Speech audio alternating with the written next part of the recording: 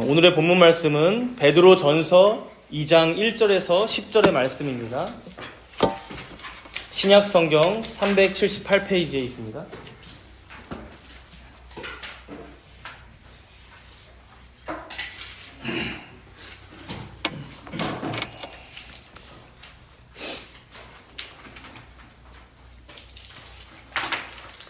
베드로전서 2장 1절에서 10절의 말씀 제가 봉독하도록 하겠습니다. 그러므로 모든 악독과 모든 기만과 외식과 시기와 모든 비방하는 말을 버리고 갓난 아기들같이 순전하고 신령한 젖을 사모하라. 이는 그로 말미암아 너희로 구원에 이르도록 자라게 하려 함이라. 너희가 주의 인자하심을 맛보았으면 그리하라. 사람에게는 버림바가 되었으나 하나님께는 택하심을 입은 보배로운 산돌이신 예수께 나아가 너희도 산돌같이 신령한 집으로 세워지고 예수 그리스도로 말미암아 하나님이 기쁘게 받으실 신령한 제사를 드릴 거룩한 제사장이 될지니라. 성경에 기록되었으되 보라, 내가 택한 보배로운 모퉁이 돌을 시온에 두노니 그를 믿는 자는 부끄러움을 당하지 아니하리라 하였으니, 그러므로 믿는 너희에게는 보배이나 믿지 아니하는 자에게는 건축자들이 버린 그 돌이 모퉁이의 머릿돌이 되고 또한 부딪히는 돌과 걸려 넘어지게 하는 바위가 되었다 하였느니라. 그들이 말씀을 순종하지 아니함으로 넘어지나니 이는 그들을 이렇게 정하신 것이라. 그러나 너희는 택하신 족속이요 왕같은 제사장들이요 거룩한 나라요 그의 소유가 된 백성이니 이는 너희를 어두운 데서 불러내어 그의 기이한 빛에 들어가게 하신 이의 아름다운 덕을 선포하게 하려 하심이라. 너희가 전에는 백성이 아니더니 이제는 하나님의 백성이요 전에는 긍휼을 얻지 못하였더니 이제는 긍휼을 얻은 자니라. 아멘.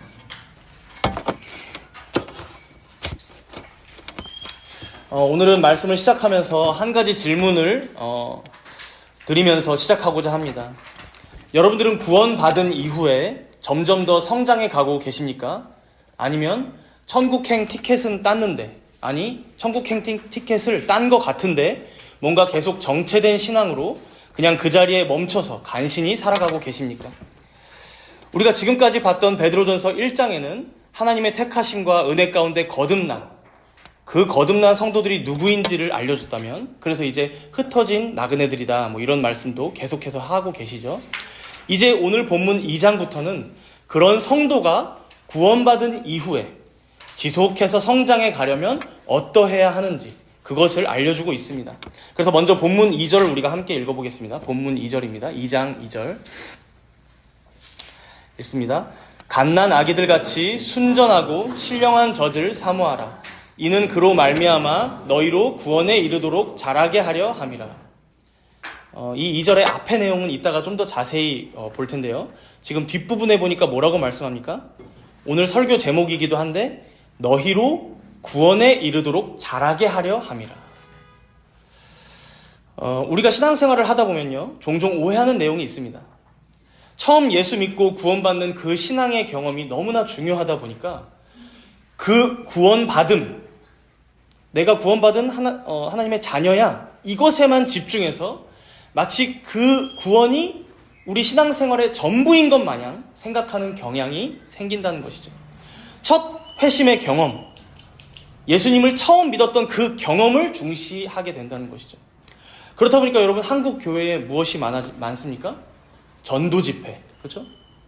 불신자들을 초청해서 복음을 전하는 전도 집회, 혹은 나가서 노방전도하는 전도 집회, 혹은 전도 관련해서 전도 폭발 세미나, 새가족 초청잔치. 요즘에 코로나 풀린 뒤에 그런 거 교회들에서 많이 행사하더라고요. 그 다음에 단기 선교도 그렇죠. 이제 불신자들, 외국에 그런 사람들을 만나러 가겠다, 이런 것들이죠. 회심 집회, 그렇죠? 회심을 목적으로 한 집회.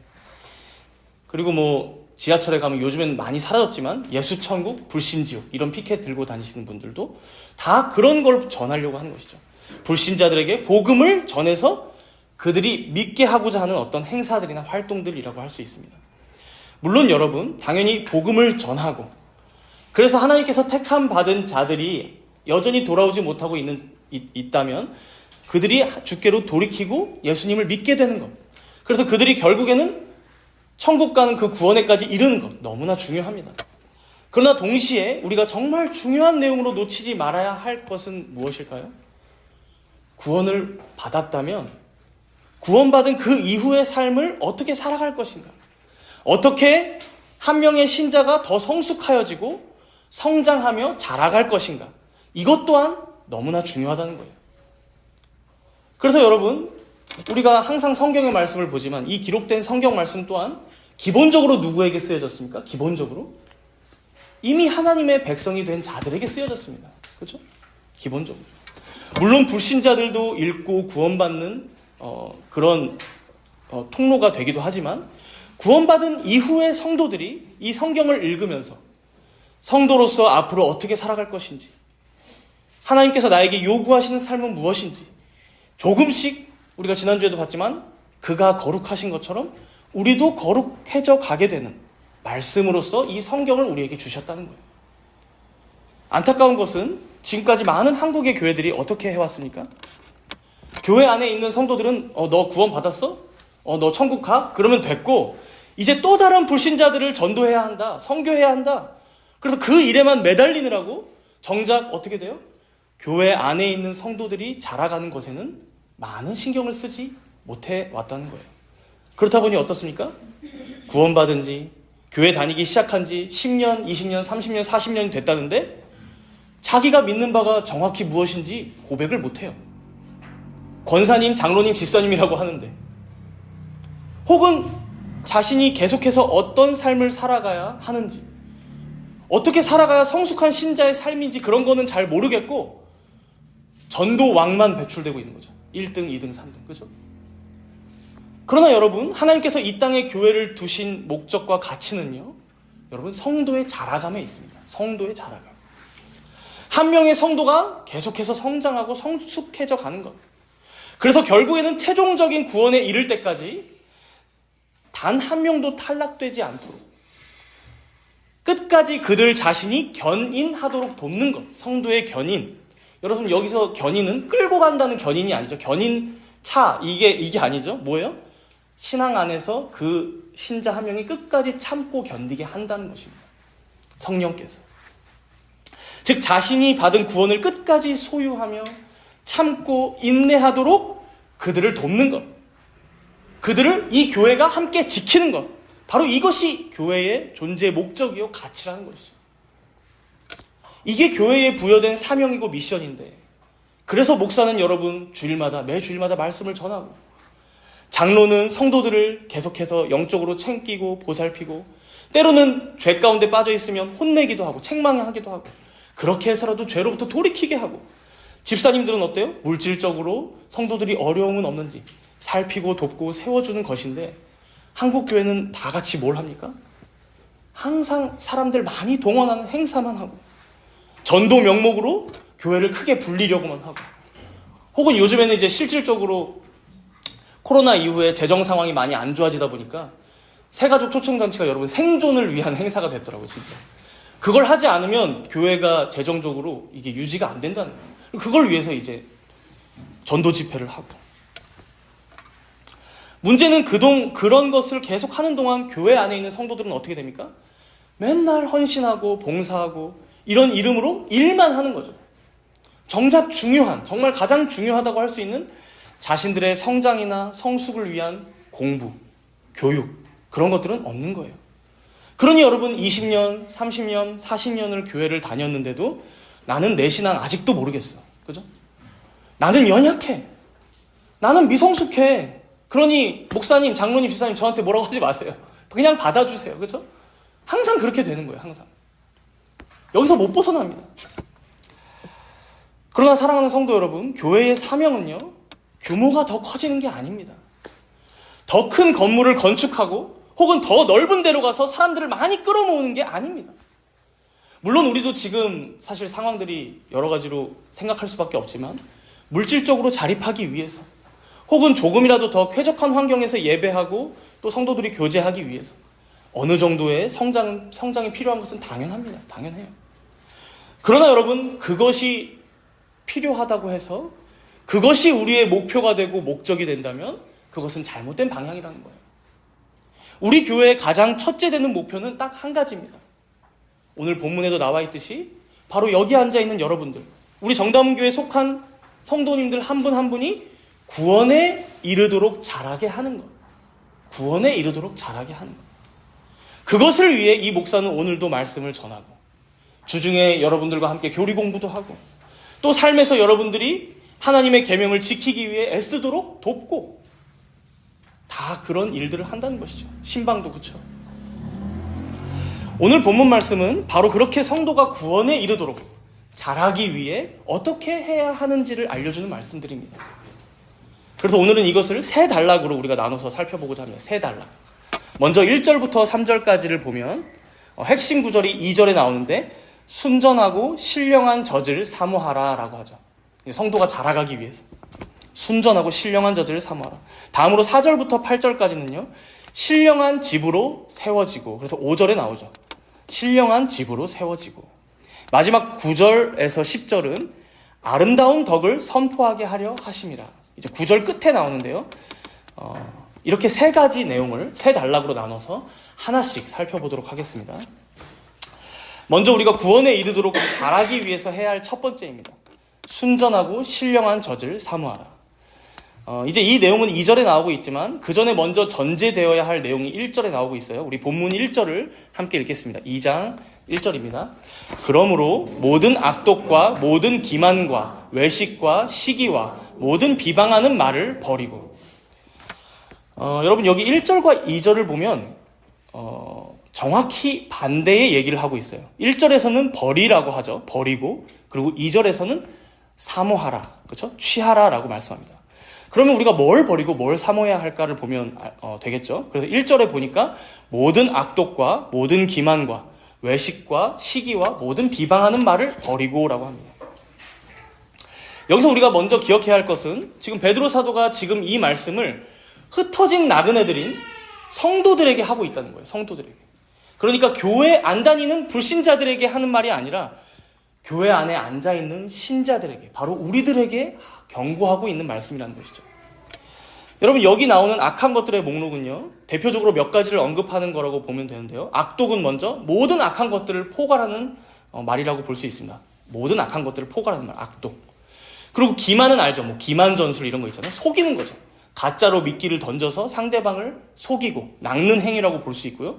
외식도 비슷하죠. 외식 뭡니까? 겉과 속이 다른 거예요. 겉으로는 그런 티를 안 냈으면서 속으로는 다른 꿍꿍이가 있는 것. 정직하지 못하죠. 그렇죠? 시기는 뭐죠? 남과 비교하고 질투해서 미워하는 것. 그렇죠? 그리고 마지막 비방은 정당한 이유가 없는데 상대방을 증오하고 무조건 반대하고 비난하는 것을 비방이라고 볼 수 있습니다. 무서운 사실은요, 이런 것들을 다른 사람들이 아니라, 그러니까 불신자들이 아니라 바로 신자인 우리가 충분히 할 수 있는 행위들이라고 지금 알려주고 있다는 거예요. 그 마음의 진실함도 없어질 수 있다. 진정성도 사라질 수 있다. 사랑도 용서도 용납함도 온유도 신자의 마음 가운데에도 동인할 수 있다라고 말하는 것이죠. 그러나 중요한 것은 너희 마음이 그렇게 부패하고 죄악된 것을 안다면 그걸 가만두지 말고 어떻게 하라? 버려라. 버리고 제거해라 라고 말씀합니다. 사실 여기서 이 1절 9절을 원문으로 보면요, 이 버리라 라는 단어가 제일 처음에 나와요. 버려라 먼저 얘기하는 거예요. 뭘 버려? 모든 악독과 기만과 외식과 시기와 비방을. 그게 바로 우리가 자라고 성장하기 위해 해야 할 첫 번째 과제라는 거예요. 첫 번째 과제. 우리가 가만히 생각해보면 이런 죄악들이나 연약함이 여전히 우리 안에 있거든요. 그래서 사실 많은 교회들이, 여러분, 이 1절에 나오는 이런 것들 때문에 교회에 오래 다닌 분들끼리 서로 부딪힌다거나, 그렇죠? 문제가 일으켜진다거나, 교회에 오래 다닌 거랑은 상관이 없어져 버리는, 그렇죠? 항목들이 돼버리는 거죠. 안타까운 일이죠. 그래서 이런 것들이 언제든 우리 안에 불쑥불쑥 올라오려고 할 때 하나님의 말씀과 계명들을 생각하면서, 뭐 10계명을 당연히 생각해야겠죠. 그러면서 성령의 도우심을 구하면서 버려라, 제거해라 라고 말씀한 것입니다. 그리고 2절에 이렇게 이어지죠. 이런 것들은, 이제 앞에 있는 것들은 버리고 2절에서 갓난 아기들 같이 순전하고 신령한 젖을 사모하라. 여기서 이제 갓난 아기 그리고 젖, 이런 것을 이제 단어를 보면 앞에 1장에서 나왔던 거듭남, 즉 중생과 관련된 말입니다. 거듭남이 여러분 다시 태어나는 거잖아요. 그렇죠? 그래서 이제 갓난 아기라고 이제 비유가 되는 건데, 여러분 우리가 흔히 착각하듯이 거듭나면 끝이다, 중생하고 구원받았으면 끝이다, 그게 아니라 뭐예요? 오히려 다시 태어났으니 갓난 아기와 같다. 그렇죠? 이제 막 태어난 아기와 같다. 그리고 그 아기는 뭘 사모한다? 엄마 젖을 자연스럽게 찾아서 먹으려고 하듯이 그 젖을 사모하고 먹고 자라야 한다라는 것이죠. 마치 젖먹이가 자라서 성인이 될 때까지 많은 시간이 걸리듯이, 그리고 많이 먹어야 하듯이 성도들 또한 오랜 자람과 성숙의 과정이 꼭 필요함을 알려주는 말씀입니다. 그런데 여기서 우리가 좀 더 세세하게 이 말씀을 생각해 보면요, 여기서 순전하고 신령한 젖이래요. 그렇죠? 순전하고 신령한 젖. 이게 이제 신학자들마다 좀 해석의 차이가 있는데, 그래도 최대한 여러분 건전하고 경건한 입장으로 우리가 이제 해석하고 정리를 해보면 좋을 것 같아요.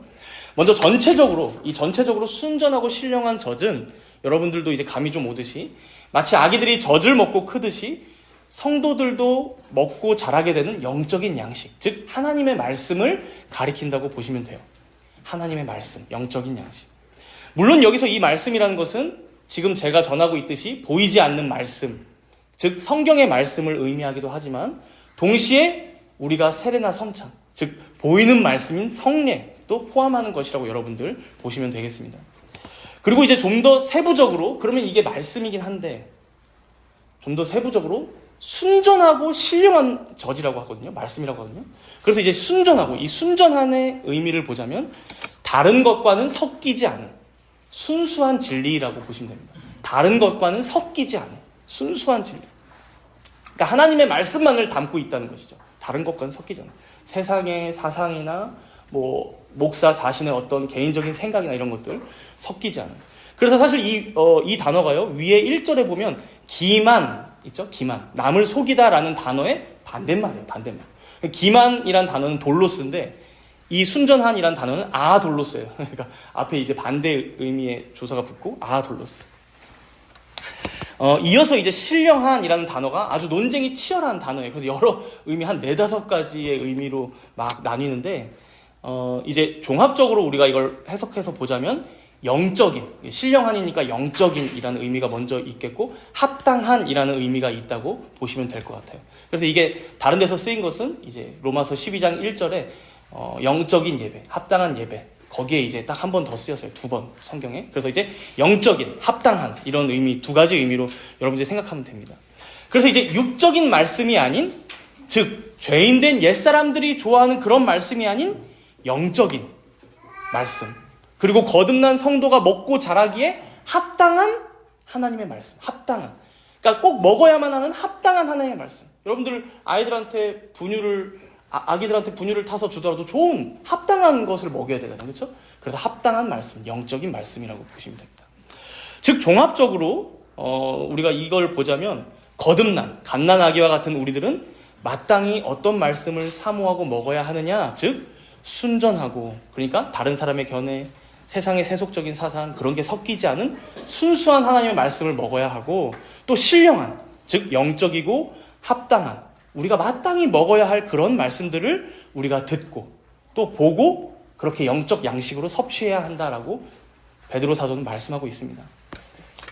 여기서 우리가 이 베드로 사도의 권면을 좀 더 깊이 생각하고 묵상해 보면요, 그렇다면 과연 우리들은 그러한 말씀들을 먹고 자라고 있는지 우리가 반추해 보게 됩니다. 제가 예전에 한번 나눴던 얘기이기도 한 것 같은데요, 저기 분당에 있는 큰 교회에서 저희가 개척교회 후원 프로그램 그런 거 한번 지원해서 넣은 적이 있었죠. 그래서 이제 1차에 붙어서 1차 면접도 봐야 된다고 해서 멘토분도 만나서 면접도 보고 했었는데, 이제 그때 제가 그분과 대화 나눈 중에 가장 기억에 남았던 얘기가 하나가 있었던 게, 그 분당에 있는 그 담임 목사님께서 설교를 어떻게 준비하고 전하시느냐에 대해서 이제 서로 얘기가 잠깐 나왔어요.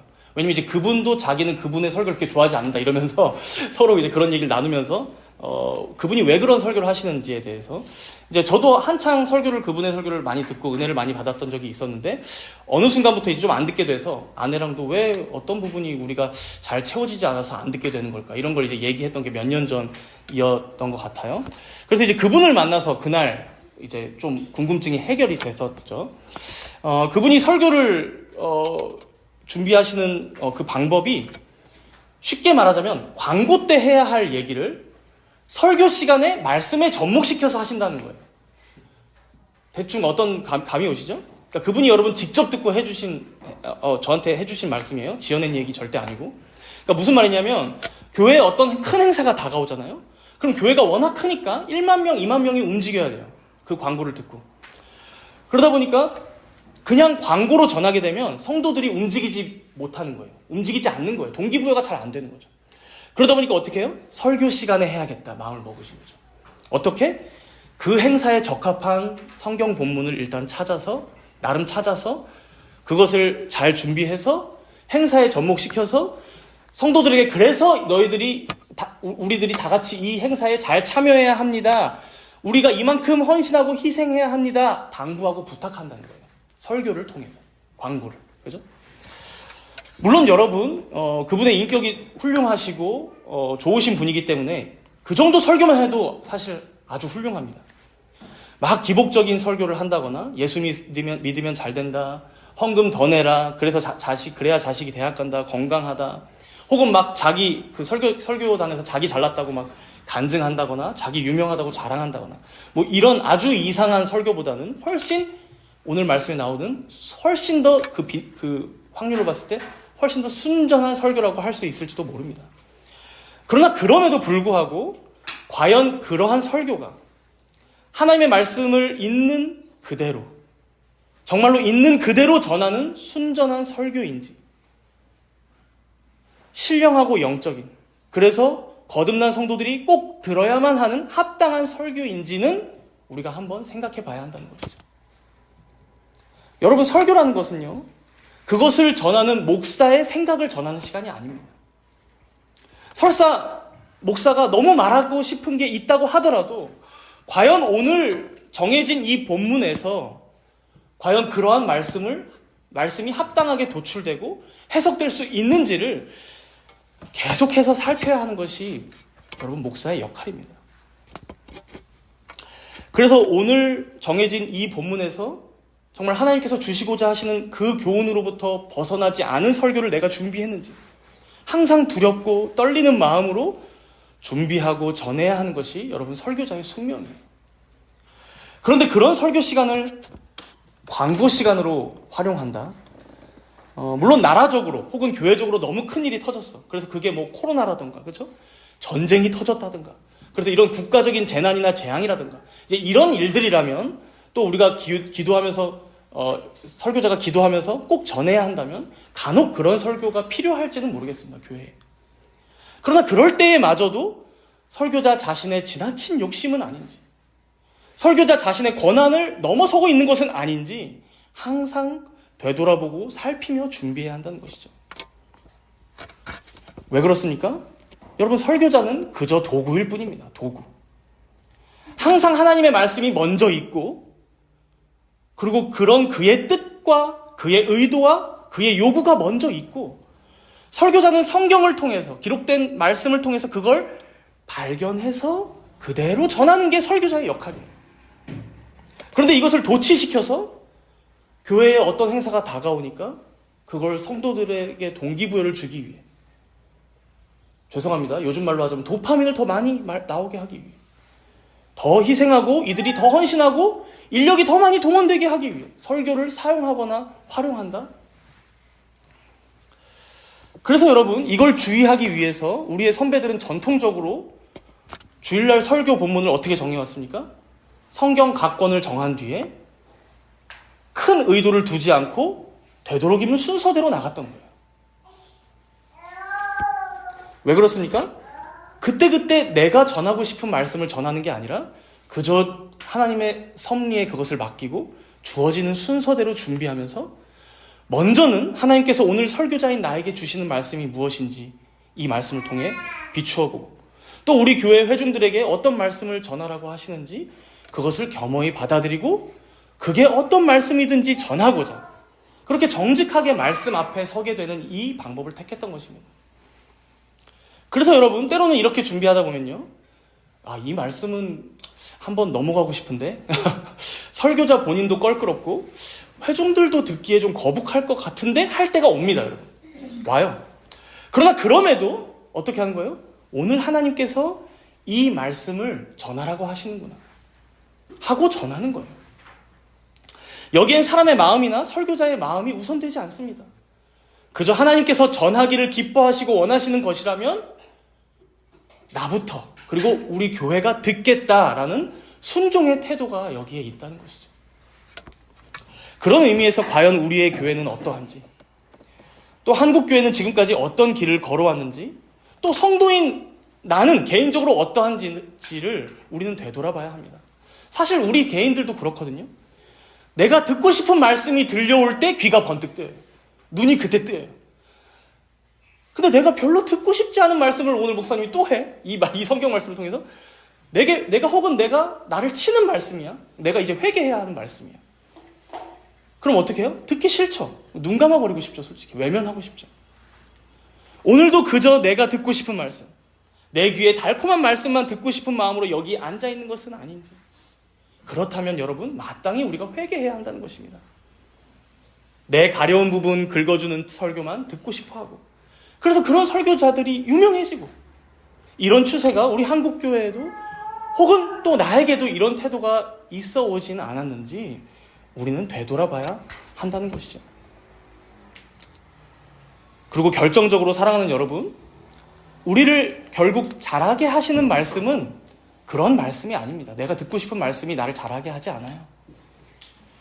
그렇게 우리를 기만하는 육적인 말씀이 우리를 자라게 하는 게 아니라, 때로는 우리가 듣기 싫더라도 우리를 쳐서 그리스도 앞으로 복종케 하고, 그래서 내 자존심을 뭉개더라도 하나님 앞에 무릎 꿇게 만드는 그런 순전하고 신령한 말씀이 바로 우리들을 진정으로 계속해서 자라게 하고 성숙하게 하고 성장하게 하신다는 사실을 여러분들 꼭 믿고 기억하시기 바랍니다. 다음으로는 이제 4절에서 8절을 통해서 우리가 구원에 이르도록 자라기 위해 신령한 집으로 세워져야 함을 볼 텐데요. 우리 4절을 먼저 함께 읽도록 하겠습니다. 4절입니다. 사람에게는 버림바가 되었으나 하나님께는 택하심을 입은 보배로운 산돌이신 예수께 나아가. 우리가 알지만 예수님께서는 자신의 고향 땅으로 갔을 때도 배척받았고, 심지어 자신의 가족들, 형제들에게도 배척받았어요. 그리고 유대의 종교 지도자들은 물론이거니와 나중에 여러분들도 기억하시겠지만 자신의 제자들에게도 배신을 당했습니다. 여기서 버림바 되었으나 라고 말하는 것처럼, 더군다나 여러분, 사실 우리가 잊지 말아야 할 것이, 이 베드로 전서를 기록하고 있는 베드로 사도 또한 예수님이 십자가에 달리시기 전날 밤에 끌려가는 그 광경을 보면서 그 앞에서 3번이나 예수님을 부인하고 저주했던 일로 아주 유명하죠. 그래서 사실 오늘 본문 1절에 나오는 악독, 기만, 외식, 시기, 비방은요, 사실 베드로가 다른 사람을 얘기하는 게 아닙니다. 자신부터 이미 그렇게 끔찍한 죄악들을 저질렀던, 그 죄악에 빠졌던 경험이 있기 때문에 너희는 그런 것들을 버리고 이제는 순전하고 신령한 젖을 사모해라 라고 말씀하고 있는 거예요. 그런데 이렇게 죄악된 습관을 버리는 과정에서는, 버릴 때에는 여러분 그냥 난 버렸어 이게 아니라 반드시 회개가 필요합니다. 돌이킴이 필요하죠, 그리스도께. 그래서 여기 방금 읽은 4절에 보시면요, 사람들에겐 버림받으셨지만 하나님께 택함받고 여전히 보배로우신 산돌이신 예수께 어떻게 해요? 나아가라 라고 말씀하죠. 나아가라. 여기서 이 나아가다 라는 단어가 사실 회개하고 돌이키는 사람들이 예수님께 나아가는 것, 회개하는 것을 의미합니다. 그래서 이 단어가 헬라어 시제로 보면 이제 현재 분사라고 좀 어렵지만 뭐 한 번 나아가고 끝나는 게 아니라, 예전에도 그렇게 회개함으로 구원받았다면 그때 한 번 회개로 끝이 아니라 오늘도 우리가 죄를 짓는다면 또 나아가서 회개하고, 그리고 앞으로도 우리가 또 죄를 짓는다면 그때도 나아가서 회개하고, 계속해서 나아가라 라는 의미로 우리가 봐야 합니다. 그런데 여기서 우리가 가끔 착각할 수 있는 것이 있는데요, 이러한 회개나 회심을 내가 개인적으로만 잘 하면서 살아가면 결국 우리 주님 오시는 날 구원받겠지 라고 오해하는 사람들이 간혹 있습니다. 그러니까 나 혼자 개인적으로 내가 죄 짓는 거 있으면, 1절에 그 죄를 지었으면 방금 여기서 사도 베드로가 얘기한 것처럼 나 혼자 회개하면 되겠지라고 생각하는 사람들. 그래서 그런 오해를 베드로가 없애기 위해서 바로 다음 5절에 이렇게 이어서 말씀하는 거예요. 우리 5절을 함께 읽도록 하겠습니다.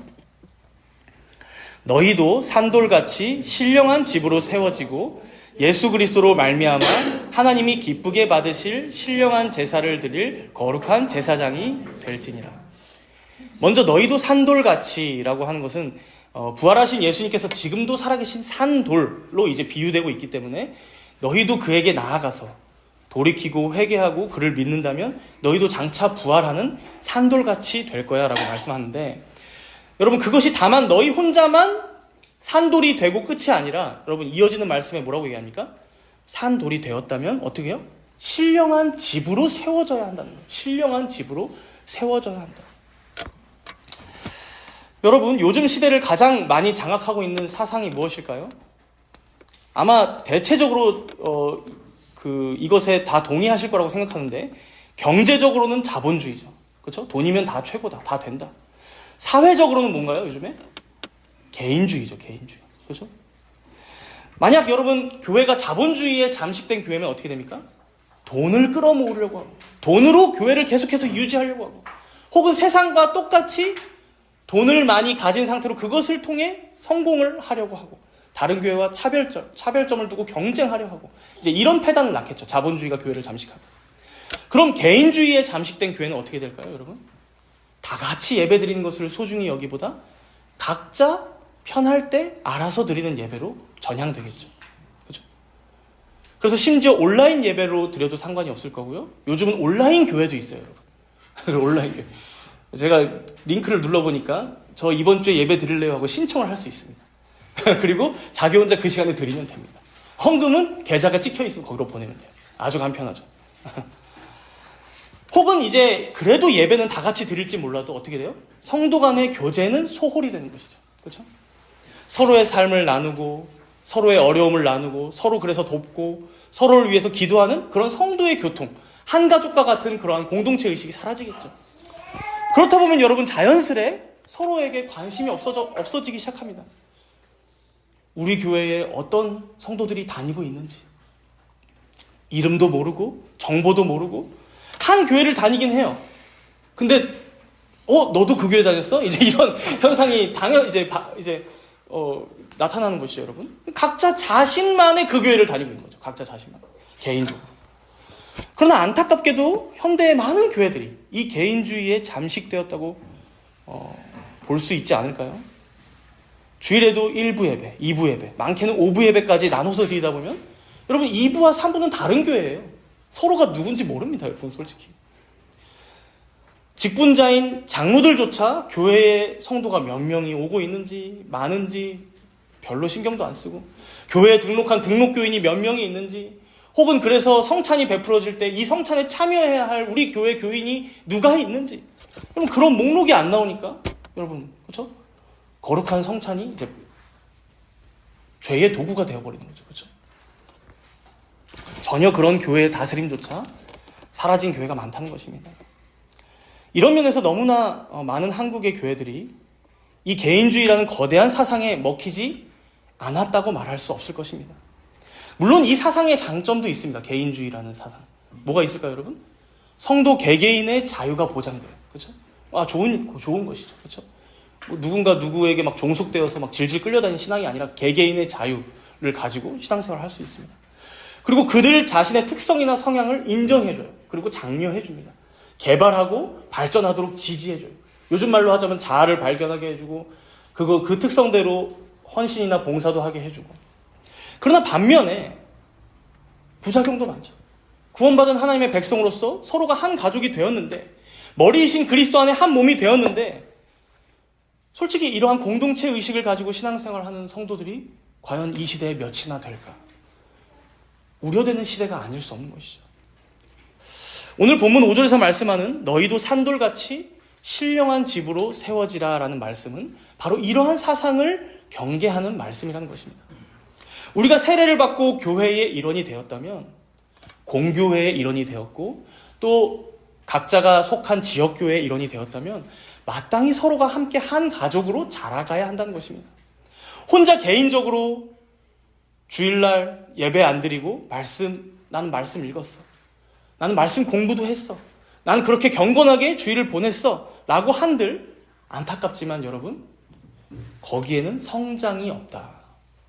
자람이 없다. 자라가기가 힘들다. 자라갈 수 없다라고 오늘 본문은 말씀하는 거예요. 현대의 많은 사람들은 혼자 시간 보내는 것을 좋아합니다. 좀 더 넓혀봤자 우리 가족, 내 아내, 내 남편, 내 자녀, 내 부모 정도로 그 영역을 넓히지 그 이상과 함께하는 것이 굉장히 꺼려지는 분위기가 되었어요. 그러나 여러분, 베드로 사도가 앞에서도 얘기했잖아요. 1장 22절에 보면 형제를 사랑하되 어떻게 사랑해라? 뜨겁게 사랑해라. 뜨겁게 사랑해라. 여러분, 이것은 되든 안 되든 그렇게 하라는 거예요. 되든 안 되든 그렇게 하기를 애써라 라는 말씀이에요. 내 가까이에 있는 사람, 내 혈통 안에 있는 사람, 내 마음에 드는 사람만 사랑해라가 아니라 교회 안에 있는 내 형제들, 내 자매들, 내 이웃들을 뜨겁게 사랑하라고 말씀하는 것입니다. 그게 마땅히 거듭난 하나님의 백성이 살아가고 자라가는 방향이라는 것이죠. 고린도전서 12장에 보면 사도 바울이 아주 유머러스하게 이 내용을 표현한 말씀이 나오는데요. 교회 안에 있는 성도들이 이제 예수님을 머리로 한 몸이라고 이제 비유로 얘기하면서 만일 발이 말하길 나는 손이 아니니까 나는 이 몸에 속한 게 아니야 라고 말한다고 한들 발도 결국 그 몸에 붙어있는 지체야 라고 말합니다. 혹은 또 귀가 말하기를 나는 눈이 아니야, 그래서 나는 이 몸에 속하지 않았어 라고 주장한다고 한들 결국 그 귀는 몸에서 떨어진 게 아니야 라고 말합니다. 그러니까 여러분, 무슨 말씀을 하는 거예요? 난 혼자 신앙생활 잘할 수 있어. 나는 교회에 그 몸에 안 붙어 있어도 나 거뜬해 라고 귀나 발이 말한다고 한들 그게 안 된다는 거예요. 여러분. 거기엔 너의 성장도 없고, 거기엔 너의 구원을 보장해 줄 만한 보호장치도 없고 돌봄도 없고, 결국 회개가 있을 수 있을까? 과연 견인할 수 있을까? 과연 그 성도 한 명이 혼자의 힘으로 인내할 수 있을까? 너는 못 믿는다는 거예요. 너는 못 믿겠다라는 거예요, 사실은. 너는 못 믿겠다. 가끔 그래서 표현하잖아요, 제가. 물가에 내놓은 아기처럼 여러분 뛰어노는 형국이 여러분 가난한 성도들이에요. 언제 파도가 와서 휩쓸어 갈지, 언제 나쁜 사람이 와서 혹은 들짐승이 와서 해를 끼칠지 모른다는 것이죠. 그래서 본문을 이어서 보면 6절에도 보면 보라, 내가 택한 보배로운 모퉁이돌을 시온에 두노니. 그렇죠? 모퉁이돌. 또 7절에도 보니까 믿는 너희에게는 보배이나 믿지 아니하는 자에게는 건축자들이 버린 그 돌이 모퉁이의 머릿돌이 되고. 모퉁이의 머릿돌. 여러분, 당연히 이 모퉁이돌은 예수 그리스도를 상징합니다. 모퉁이돌. 여러분, 당시 고대 근동의 건축은요, 모퉁이돌을 먼저 그 모퉁이에 가져다 놓고 거기에 다른 돌들을 쭉 연결해서 이제 건물 전체를 지어갔다고 합니다. 건축해 갔다고 합니다. 그러니까 오늘 베드로는 뭐라고 말씀하는 거예요? 너희가 정말 거듭난 하나님의 백성이라면, 산돌이 되었다면 혼자서는 너는 이 구원을 이뤄갈 수가 없다는 거예요. 혼자서는 존재하지 못한다. 혼자서는 신앙생활 못한다. 너를 어떻게 믿어? 그죠? 모퉁이돌 대신 예수 그리스도께 연결되어야 하고, 먼저는. 그렇다면 그렇게 신령한 집으로 모두가 함께 하나의 교회로 세워져 가야 한다라고 말씀하는 거예요. 그래서 에베소서 2장에도 보면 이런 말씀이 나오죠. 모퉁이돌 대신 예수 그리스도 안에서 서로 연결하여, 그렇죠? 서로 연결하여 주 안에서 성전이 되어가고 그 안에서 함께 지어져 가느니라. 함께. 여러분, 함께. 그래서 요즘 보면 가난한 성도들 점점 더 많아진대요, 여러분. 그러니까 나는 예수를 믿었었어. 혹은 예수를 믿고 있어. 그런데 교회는 출석하지 않아. 근데 그리스도인이라고 생각해요. 그러나 여러분, 죄송하지만 교만한 생각이에요. 그렇죠? 교만한. 혼자서는 누구도 자신의 신앙을 장담할 수 없습니다. 전적으로 타락하고 부패한 죄인들이 바로 우리들임을 기억해야 합니다. 여러분, 우리가 이 지점에서도 각자 자신의 신앙을 또 한 번 점검해 봐야 하는 것입니다. 과연 여러분들은 우리의 모퉁이돌 대신 예수 그리스도께 연결되어 있는 신앙생활을 하고 계십니까? 이 연결은 결국 교회를 통한 다스림 가운데 구현되고 실현됩니다. 그러나 안타깝게도 현대의 사람들, 현대의 신자들은 이 다스림을 간섭이라고 여기면서 싫어하죠. 간섭. 그러나 하나님께서 이 땅의 교회를 우리에게 허락하셨을 때는 예수 그리스도의 선지자 직분을 여러분 목사로 대신하게 하셔서 가르치시는 거예요. 목사로 대신하게 하셔서. 또 예수 그리스도의 왕의 직분을 장로로부터 대신하게 하셔서 우리를 다스리시는 거예요. 그렇죠? 또 예수 그리스도의 제사장의 직무를 집사에게 대신하게 하셔서 우리를 섬기고 돕고 우리를 위해 희생하게 하심으로 그렇게 자신과 연결되어서 그 예수 그리스도의 통치와 다스림 가운데 신앙생활을 잘 해나갈 수 있도록, 그렇게 안전한 보호와 돌봄 가운데 구원에 이르기까지, 구원이 완성되기까지 신앙생활을 해나갈 수 있도록 이 교회를 허락하셨다는 거예요. 그러니 여러분, 조금 이러한 것들이 내 성향에 맞지 않는다 하더라도, 그래서 조금 내 마음이 어렵다 하더라도, 그래서 직분자들에게 그 어려움을 토로하더라도, 그렇죠? 상담하더라도 천국 열쇠를 가지고 있는 직분자 회의 다스림 안에 거하고, 그리고 성도의 교제와 교통 가운데 살아가면서 그렇게 계속해서 자라가야 한다는 것입니다. 이제 마지막으로 9절과 10절의 내용을 보고 마칠 텐데요. 9절을 보시면 아주 유명한 말씀입니다. 우리 함께 9절을 읽도록 하겠습니다. 그러나 너희는 택하신 족속이요 왕같은 제사장들이요 거룩한 나라요 그의 소유가 된 백성이니 이는 너희를 어두운 데서 불러내어 그의 기이한 빛에 들어가게 하신 이의 아름다운 덕을 선포하게 하려 하심이라. 여기서 우리가 보통 잘 기억하는 내용들이 앞쪽에 나오고 있죠. 너희는 택하신 족속이요 왕같은 제사장들이요 거룩한 나라요 그의 소유가 된 백성이니. 이제 성도의 정체성에 대한 내용인데, 사실 이 구절을 보면요, 원문으로 봤을 때 주동사, 그러니까 문장이 길게 있으면 주된 동사는 하나잖아요. 그 주동사는 맨 뒤에 나오는데 바로 아름다운 덕을 선포하게 하려 하심이라. 여기서 선포하게 하려 하심이라, 선포하다라는 단어가 이 구절 전체의 주동사라고 볼 수 있습니다. 그래서 여러분, 이제 먼저는 앞에 나오는 이 너희는 택하신 족속이요, 이건 하나님께 택함 받은 백성이라는 거죠. 그리고 왕같은 제사장들이요. 이제 여기서 우리가 왕같은을 오해해서 우리가 왕인가? 이렇게 이제 생각할 수 있는데, 그게 아니라 여러분, 왕을 섬기는, 왕에게 속한 제사장이라는 의미를 갖고 있어요. 왕을 섬기는, 왕에게 속한. 그래서 주님을 섬기는 제사장들로 우리가 부르심 받았다, 택하심 받았다라는 의미로 보셔야 하고요. 그리고 이제 이어져서 거룩한 나라요. 이건 이제 거룩한, 구별된 하나님의 백성이요. 마지막으로 이제 그의 소유가 된 백성이니, 이거는 이제 우리가 세례받을 때도 서약하거든요. 우리는 이제 더 이상 내 자신의 인생이 아니라 그리스도의 소유입니다, 그리스도의 것입니다 라고 이제 다음 주에 또 우리 형제형제도 서약할 텐데, 결국 그에게 구속함을 받은, 그의 피로 구원함을 받은 그의 소유된 백성이니 라고 얘기하는 거예요. 결국 이런 앞에 나오는 정체성들, 즉 흩어진 나그네이지만 택하심을 받고 주님을 섬기는 제사장이고 거룩한 나라의 백성이 된 게 결국 무엇 때문이다? 여러분, 주동사를 봐야 되는 거죠. 마지막에 나오는 이 문장, 이는 너희를 어두운 데서 불러내어 그의 기이한 빛에 들어가게 하신 이의 아름다운 덕을 선포하게 하려 하십니다. 아름다운 덕을 선포하게 하려. 여기서 이 덕이라는 것은요, 여러분, 하나님의 탁월하심을 의미합니다. 덕. 하나님의 탁월하심. 결국 그 하나님의 탁월하심, 위대하심, 그의 높으심을 널리 선포하게 하시기 위해서 우리를 택하시고 백성 삼으시고 나라로 세우셨음을 말씀하는 것이죠. 여러분, 우리가 여기서 이제 오늘 말씀을 전체적으로 종합해봐야 합니다. 결국 우리가 모든 악한 것들을 버리고 순전하고 신령한 젖을 사모하며 신령한 집으로 세움받아 구원에 이르도록 자라가야 하는 이유와 목적이 무엇입니까? 결국 세상 가운데, 온 우주 만물 가운데 하나님의 덕, 그 하나님의 영광을 선포하는 자로 살아가기 위하여 우리가 거듭나고 자라가야 하고 성숙해 가야 하고, 그래서 더 배우고 더 훈련받고 연단되어야 한다라고 말씀하는 거예요. 여러분, 교회들이 가끔 하는 실수 중에 뭐가 있습니까? 우리가 아까 앞에서도 계속 얘기했지만 이제 교회가 너무 중요하죠. 중요합니다. 근데 그렇다 보니까 우리가 어떻게 합니까? 교회 중심의 신앙생활을 해야 한다라고 말하면서 성도들을 교회 안에서만 살게 만들어요. 새벽 기도로 매일 나오게 해요. 그렇죠? 수요일, 금요일 기도회 모임으로 또 불러요. 절기 때마다 여러 행사로 동원합니다. 부흥회로 돌려요. 수련회도 가요. 특세도 때마다 해요. 그렇죠? 송부영신 예배도 해요.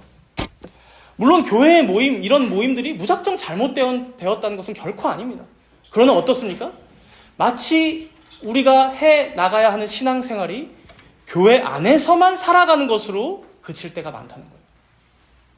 성도들끼리 자기들만 만나는 것에서 그칠 때가 꽤 있다는 거예요.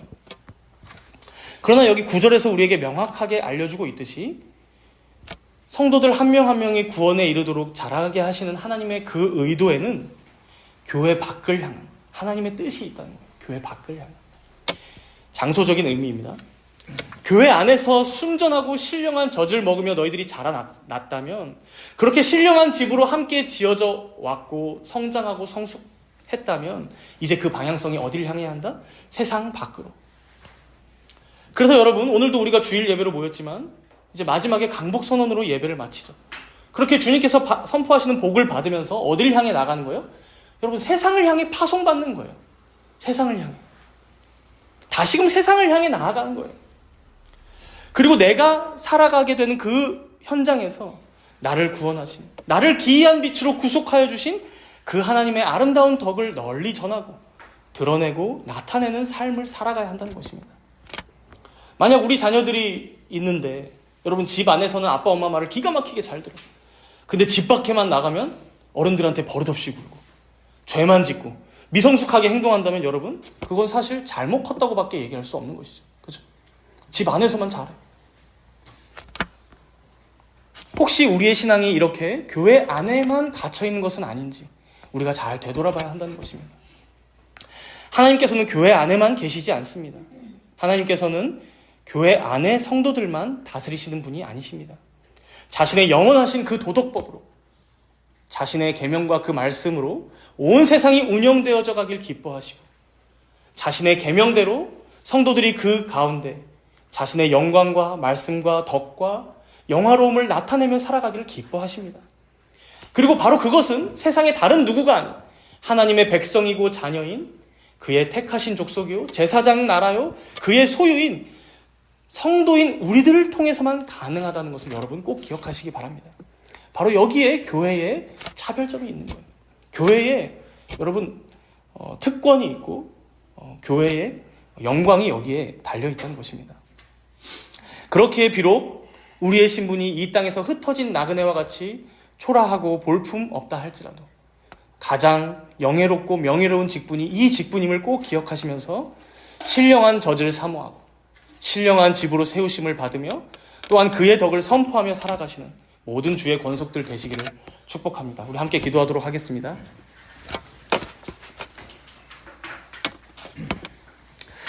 오늘 들은 말씀 기억하면서 우리가 교회 다닌 지는 10년, 20년이 되었는데 거듭나고 구원받았다고 한 지는 벌써 오랜 시간이 흘렀는데 여전히 내 자신이 미성숙하고 전혀 자라지 못하고 있는 상태로 지내고 있는 것은 아닌지 우리가 되돌아보겠습니다. 그리고 그런 모습으로 지내고 있다면 이제는 구원에 이르도록 지속하여 자라가는 내가 되게 해달라고, 또한 우리 정담은 교회 모든 성도들이 되게 해달라고 우리 간절히 함께 기도합시다. 그리고 그것을 위해서 세속적인 어떤 가르침들이 아니라 다른 어떤 것과도 섞이지 않은 순전하고 신령한 하나님의 말씀에 우리가 천착하고 날마다 그 양식을 먹음으로 모두가 함께 연결되어서 그리스도 안에 한몸된 지체로 자라가고 또한 서로를 섬기는 귀한 우리 정담은 교회가 되게 해달라고, 이러한 교회의 사명을 잘 감당하는 우리들 모두가 되게 해달라고 잠시 동안 함께 간절히 기도하도록 하겠습니다.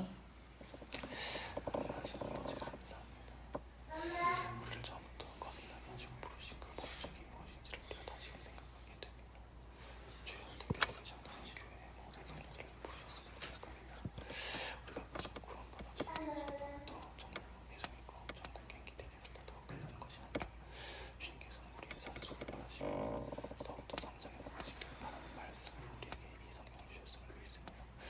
주여, 우리가 오래 다닌 것으로